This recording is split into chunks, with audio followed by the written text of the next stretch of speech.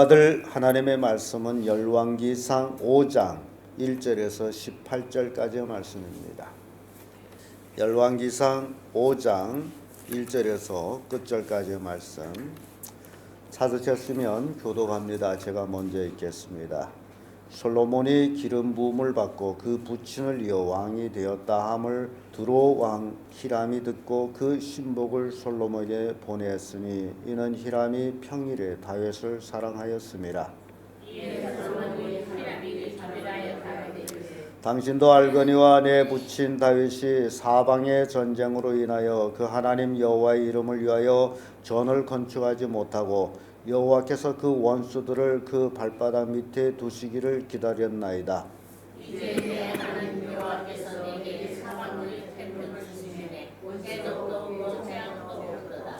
여호와께서 내 부친 다윗에게 하신 말씀에 내가 너를 이어 내 위에 오르게 할 내 아들 그가 내 이름을 위하여 전을 건축하리라 하신 대로 내가 내 하나님 여호와의 이름을 위하여 전을 건축하려 하오니 당신은 영을 내려 나를 위하여 레바논에서 맹약목을 베어내게 하소서.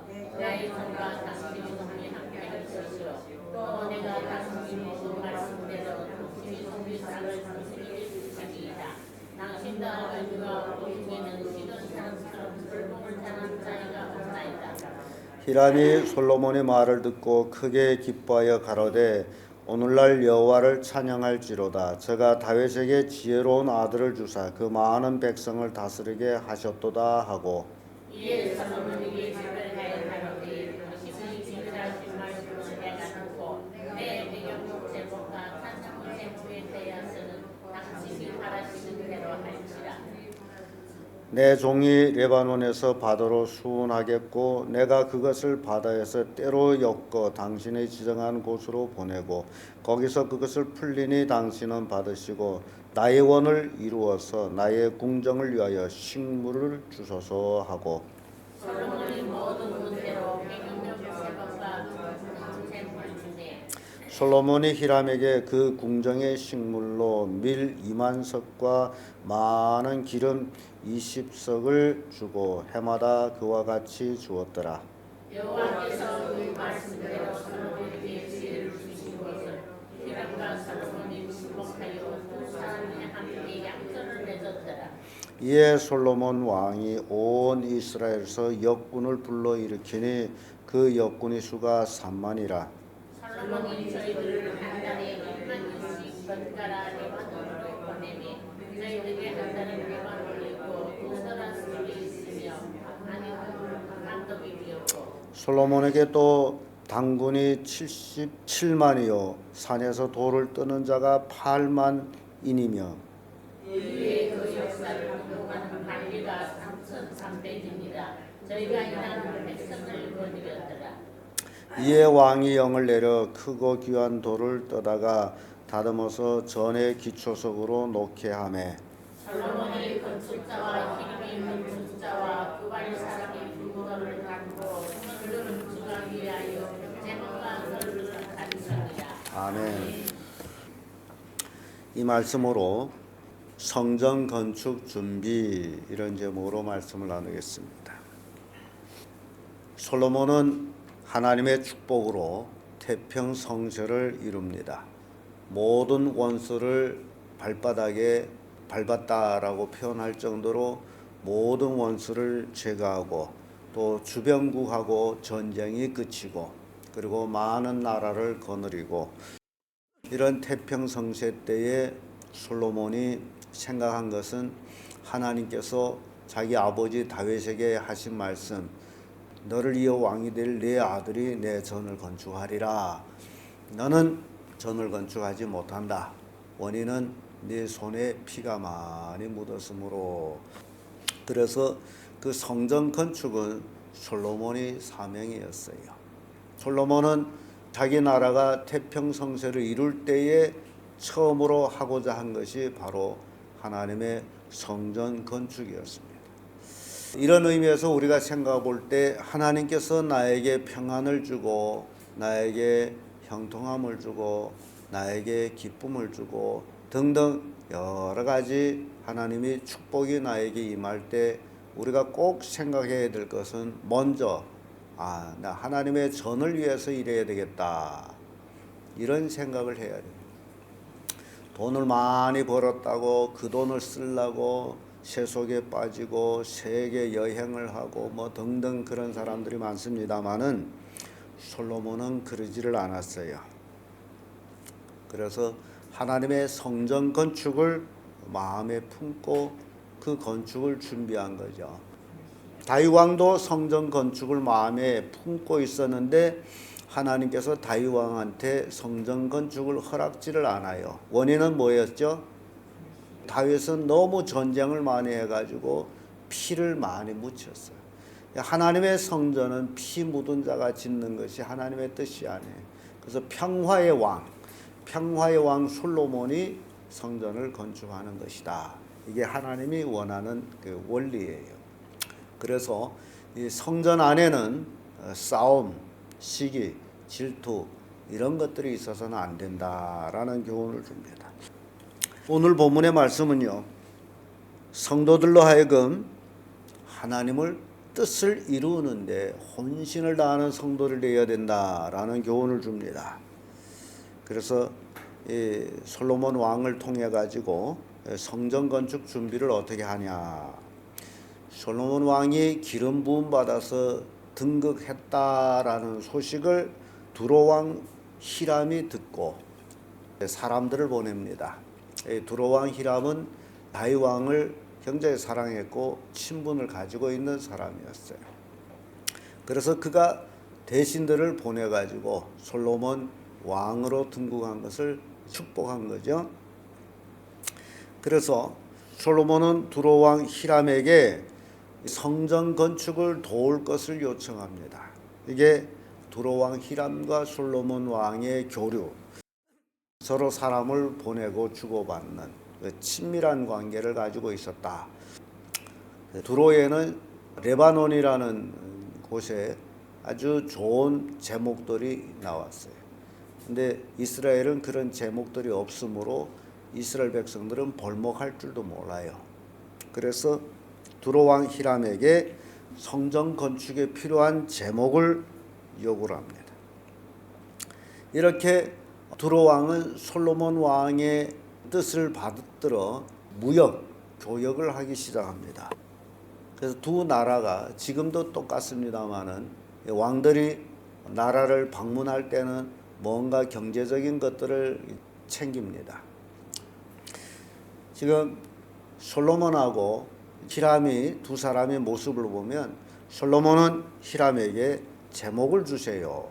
성전 건축을 위한 제목을 주세요.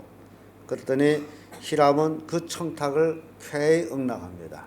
그리하겠습니다. 그리고 히람이 요구하는 게 있어요. 내 궁정을 위해서 식물을 주소서.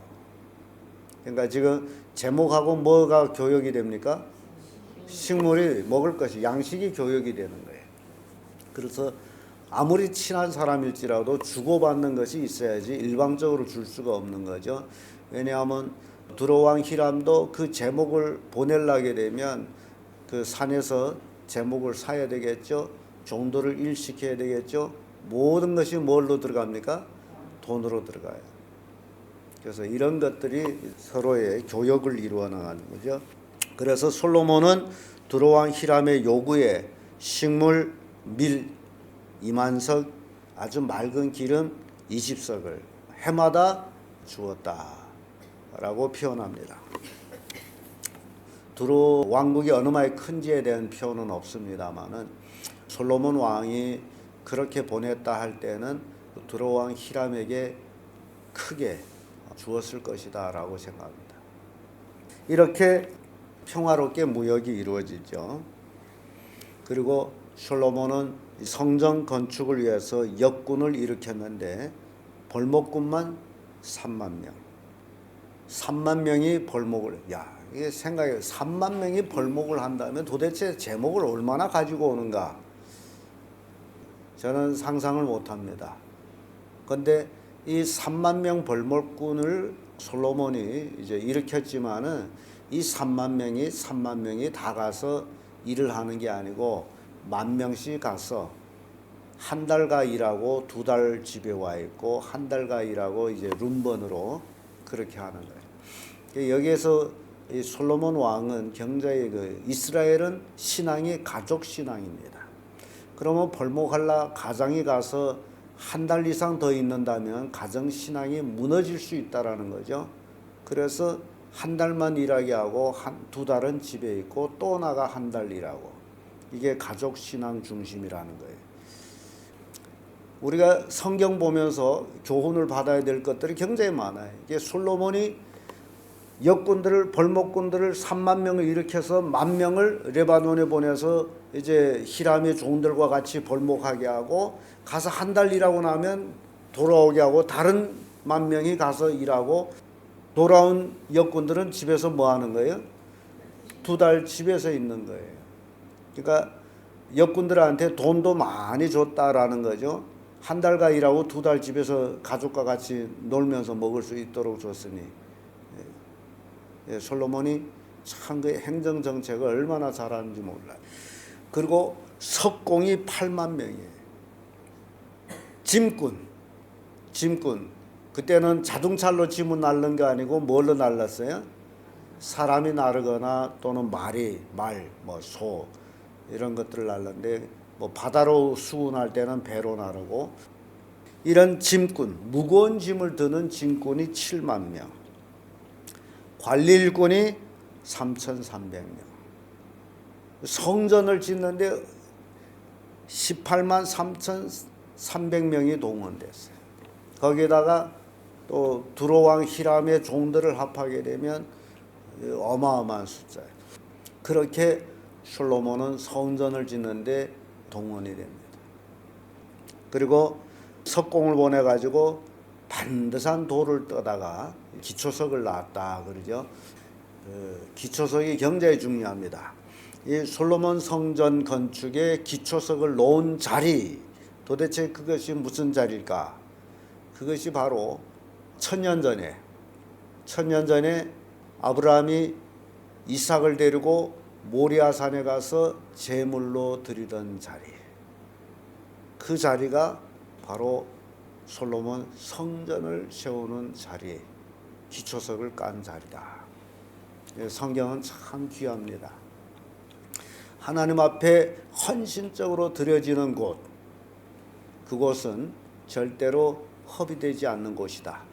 근데 성경에 밝혀지지는 않았습니다만은 그 자리가 또 야곱이 외삼촌 집 라반의 집으로 향해 가다가 돌베개를 베고 잠을 자다가 하나님이 사자가 사다리에서 하늘에서 오르락 내리락 하는 걸 보고 깜짝 놀라 깨나고 거기다 돌을 세워서 기름 붓고 야곱이 하나님 앞에 서약하는 것이, 나로 평안히 갔다 아비 집에 돌아오게 하시면 나의 소득의 11조를 하나님께 드리고 이 돌을 세운 자리가 하나님의 전이 될 것입니다. 그 고백을 해요. 그래서 그 자리가 아니겠나? 왜냐하면 야곱이 그렇게 고백을 했기 때문에. 그래서 말 한마디, 행동 하나, 주를 위해서 한 모든 것들은 절대로 헛된 것이 없다라는 것을 보여줍니다.